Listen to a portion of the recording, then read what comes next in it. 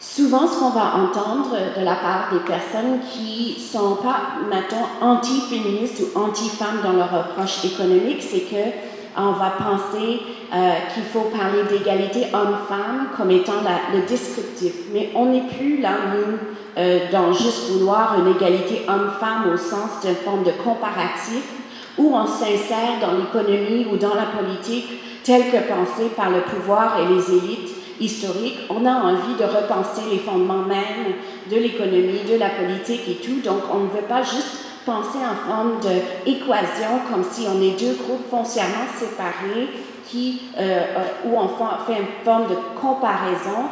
On a envie de questionner la logique même de la construction de ces systèmes-là qui nous organisent.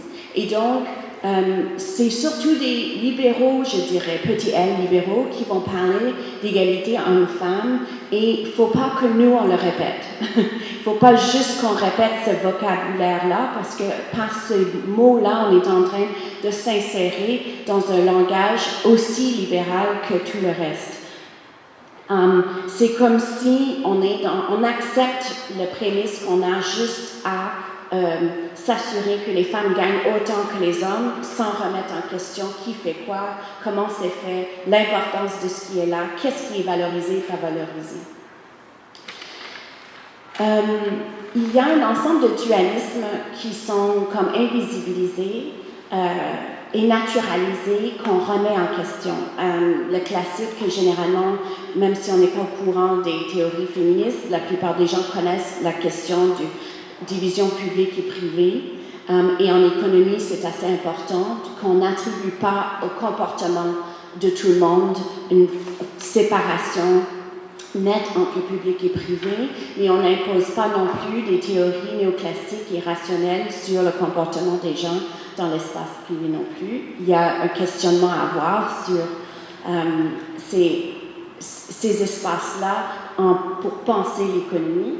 Il y a évidemment la division production et reproduction. Donc, l'économie classique a surtout valorisé l'aspect qui est dit productif et compte de façon automatique sur le travail reproductif sans le compter, sans la considérer, mais en même temps finit par en dépendre. Et il y a un autre qui, à mon avis, est vraiment à explorer, c'est toute la question de la possession et la dépossession de nos corps, de nos terres, de nos territoires.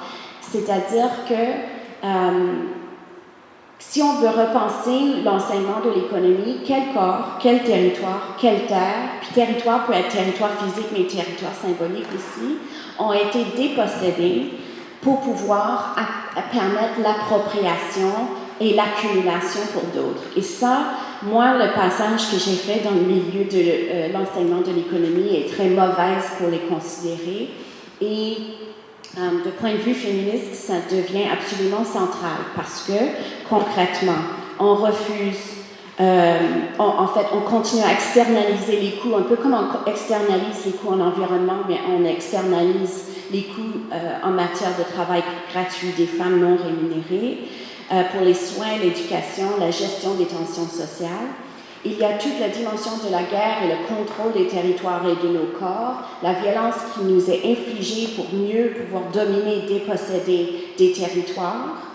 Et ça, c'est vrai ici avec les communautés autochtones, et le lien avec les femmes autochtones disparues et assassinées est intimement imbriqué avec la dépossession des territoires et la dépossession des cultures autochtones.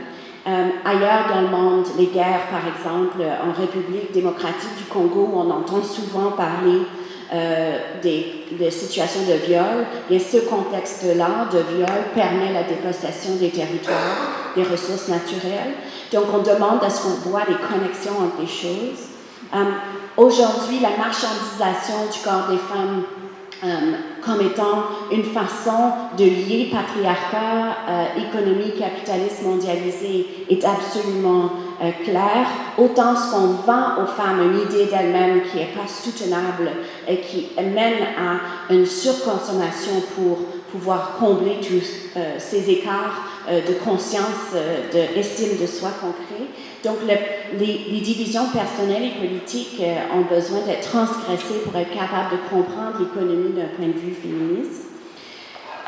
Donc, le scepticisme à gauche, c'est aussi qu'on a souvent tendance à juste insérer les femmes comme un chapitre à part, où on dit tout ça, c'est particulièrement important parce que ça affecte en priorité les femmes, mais on n'a pas expliqué les rapports de domination qui sont actifs en ce qui concerne les femmes.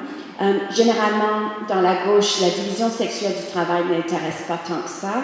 Et j'en prends pour exemple, il y a quelques années, Québec solidaire, qui se dit, par exemple, une organisation féministe, n'a pas fait une analyse féministe lorsqu'il a lancé son manifeste sur l'économie.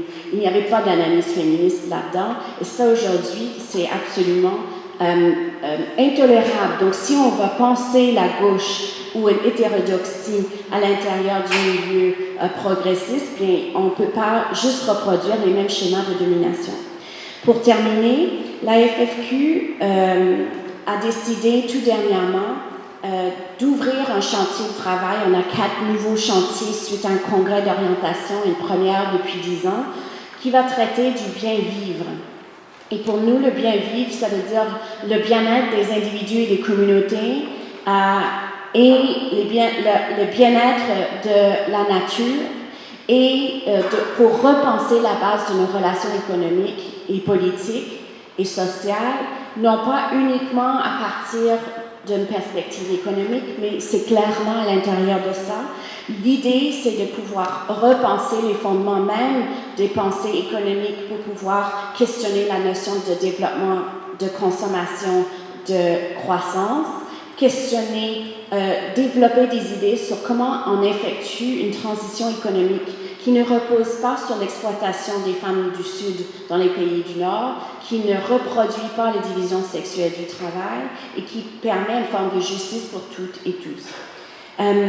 Donc, pour terminer, la question du sujet femmes et économie, déjà, je dirais que d'avoir un cours femmes et conditions féminines est loin aujourd'hui de répondre aux aspirations. Il faut aller plus loin, c'est-à-dire mettre au cœur de l'enseignement économique une perspective critique féministe pour pas juste regarder femmes et économie, mais bien repenser l'ensemble des rapports économiques et leur lien avec la culture et la politique et la sociologie. Voilà, merci.